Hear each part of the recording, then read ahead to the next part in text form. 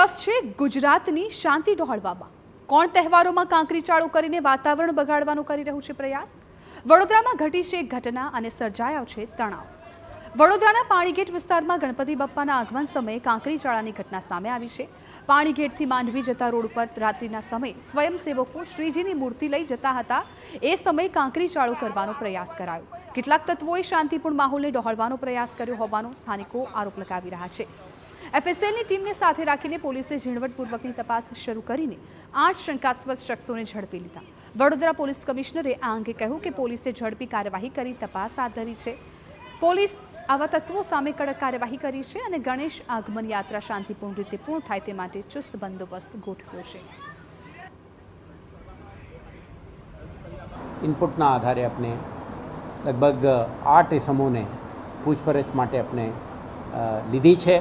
હાલમાં local police, DCB, એસઓજીના team સંયુક્ત interrogation કરીને આવા તત્વોને આઈડેન્ટિફાઈ કરીને એમના ટાર્ગેટ કરવા માટેનું આ પ્રયાસ ચાલુ છે।